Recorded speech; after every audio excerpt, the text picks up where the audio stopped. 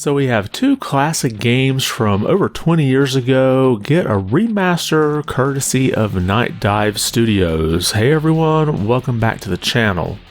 And the two games here are Star Wars Dark Forces and Turok 3 Shadow of Oblivion.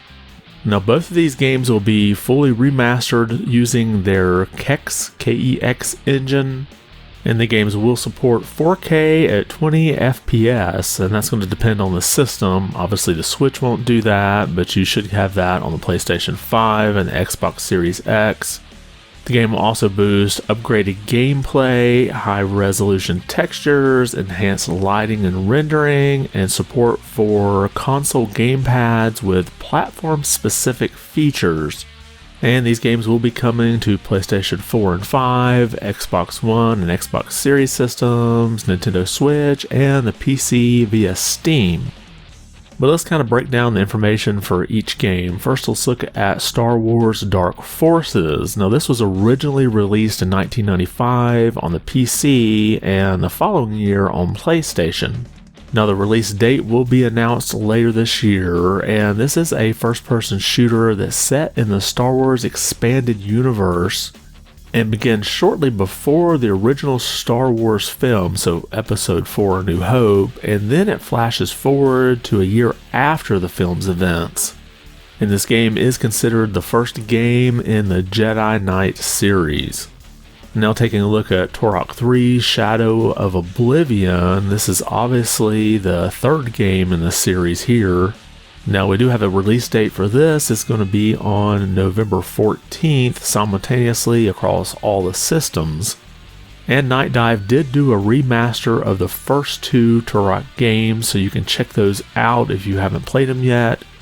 And this first-person shooter originally came out in 2000 for the Nintendo 64. And this is a direct sequel and picks up after the events of the second game. And you'll play as either Joseph or Danielle, who's the siblings of the second game's protagonist. No spoiler here.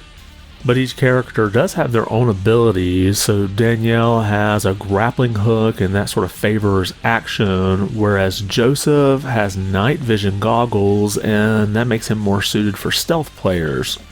And I don't think I ever played both of these games. I know I haven't played Turok 3. When it came out, I'd already moved on to the Dreamcast, so I may pick this up as well as look for a sale on the first two.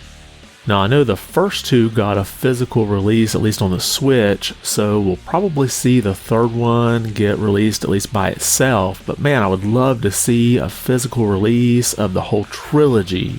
Even the Switch should be able to hold all three in one cart. Just for reference, the first game is about 250 megabytes in size, and the second game is only 893 megabytes, so the two of them together is just over 1.1 gigabytes in size. So if you add the third one here, there should be plenty of space on a small cart to fit.